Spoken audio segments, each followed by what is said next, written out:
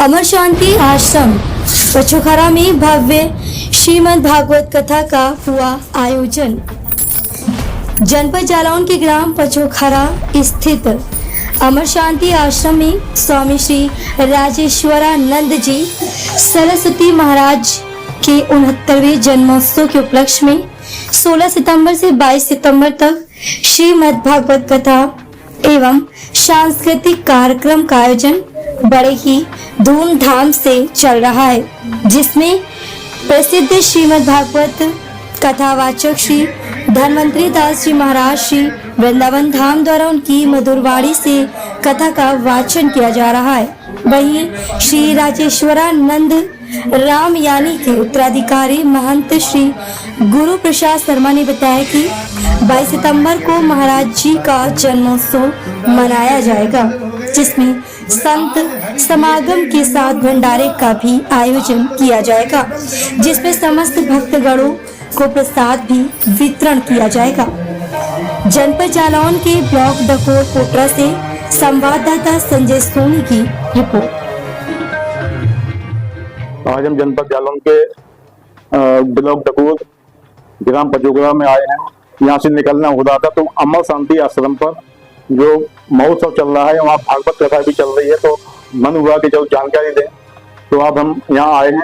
भैया से नाम पूछेंगे, आप अपना नाम है। सादर जय सिया राम।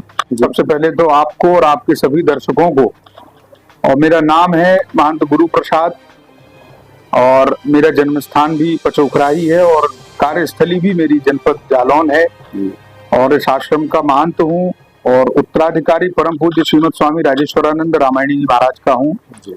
और जैसा कि सबको विदित है कि स्वामी जी की राम कथा की प्रसिद्धि थी, उनका ये एक विशेष उनके पास ये निधि भगवान ने उनको दी थी, जिससे उन्होंने पूरे जनपद और क्षेत्र का नाम पूरे विश्व में फैलाया और केवल पचोखरा गांव को गांव नहीं रहने दिया, पचोखरा गांव को धाम उनके कारण बनना पड़ा। तो ऐसे आश्रम और ऐसे स्थान पर आपका स्वागत। जी महाराज जी, जो महोत्सव जो हो रहा है किस उपलक्ष्य में हो रहा है जी, आप जानकारी दें। ये असल में वार्षिक उत्सव है आश्रम का। परम पूज्य स्वामी जी महाराज का जन्मदिन आता है 22 सितंबर को। तो 22 सितंबर को केंद्र में रखकर यहाँ प्रतिवर्ष लगभग 7 दिवसीय या 5 दिवसीय या 3 दिवसीय जैसी भी योजना बनती है, उसके आधार पर हम लोग जन्मोत्सव यहाँ पर मनाते हैं। और पूज्य महाराज जी का यह जन्मोत्सव है और उसमें विभिन्न जो उनके पसंद की जो चीजें हैं, जैसे उनको सांस्कृतिक कार्यक्रमों में, कवि सम्मेलनों में रुचि थी, उनको शास्त्रीय संगीत में रुचि थी और उनको कुछ भजन और हल्के फुल्के संगीत में भी उनकी रुचि थी। तो ऐसे सभी कलाकारों का यहाँ आना जाना होता है, लोकगीत आदि संध्याएं भी यहाँ पर होती हैं। और कुल मिलाकर के ये है कि समाज में राम भक्ति का और सबके जुड़ाव का एक स्थल, एक माहौल बन सके, उसके लिए ये आयोजन करने की परंपरा उनके माध्यम से ही डाली। ये महोत्सव कितने वर्षों से चल रहा है? ये महोत्सव तो आप मान के चलिए कि लगभग 30 वर्ष तो हो गए महाराज जी के समय से ही। 30 वर्षों से हम लोग कहीं ना कहीं किसी स्वरूप में इसको मनाते रहे। जब महाराज जी स्वयं थे तो कभी हम लोगों ने पचमढ़ी मनाया, कभी वृंदावन मनाया, कभी हरिद्वार भी मनाया, तो ये परंपरा चलती रही। लेकिन 4 वर्ष पूर्व, 5 वर्ष पूर्व महाराज जी का मतलब शरीर छूट गया।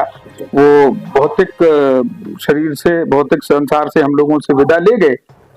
तो उसके बाद फिर ये, क्योंकि उनका अंतिम संस्कार भी यही हुआ, ये जन्मस्थली भी उन्हीं की है और ये आश्रम भी उनके द्वारा स्थापित है, तो फिर ये हम लोगों ने परंपरा बना ली कि अब लगभग विगत 5 वर्षों से ये पचोखरा में ही हम लोग जन्मदिन महाराज जी का मनाते आ रहे हैं। जी जी।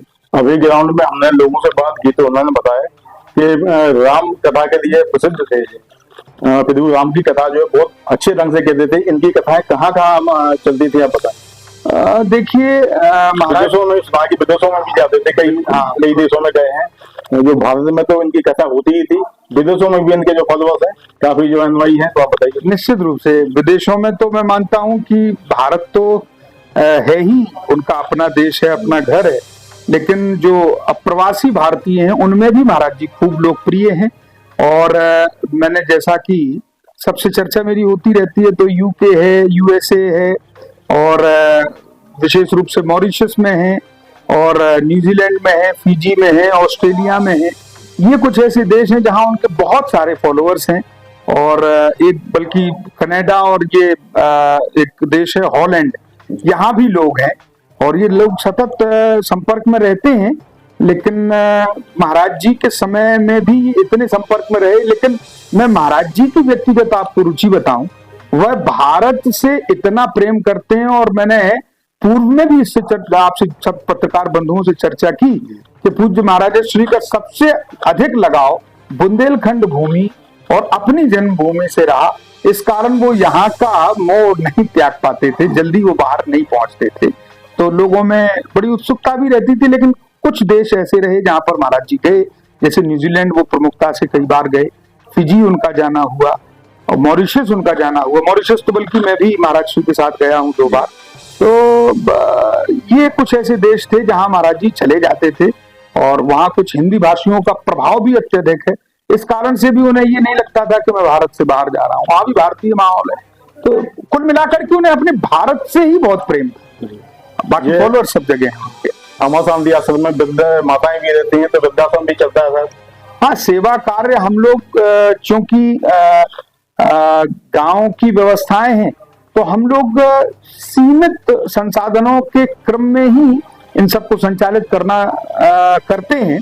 लेकिन हमारी योजना है कि इनको हम बड़े स्तर पर करें, ताकि मतलब जो महाराज जी के संकल्प हैं उनमें यह भी है, वृद्ध सेवा है, रोगी सेवा है और पशु सेवा है, जो मतलब जिनको एक तरह से समाज में उस तरह से जिनका ध्यान आकर्षित नहीं होता जिनकी तरफ, ऐसे तमाम जो चीजें हैं, जैसे तमाम इस तरह के रोगी हैं, रुग्णी हैं और जो अशक्त हैं, असहाय हैं, उन सब के लिए महाराज जी का विचार था।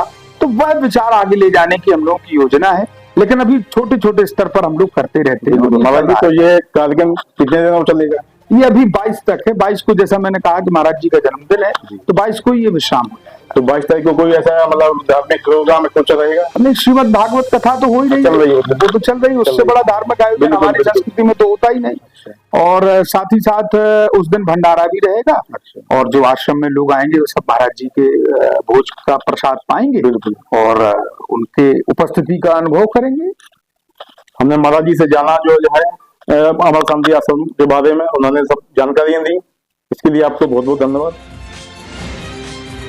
नया क्लेवर, नया अंदाज, आप देख रहे हैं देश का number 1 digital news channel Sony news. पैनी नजर, तीखी सोच।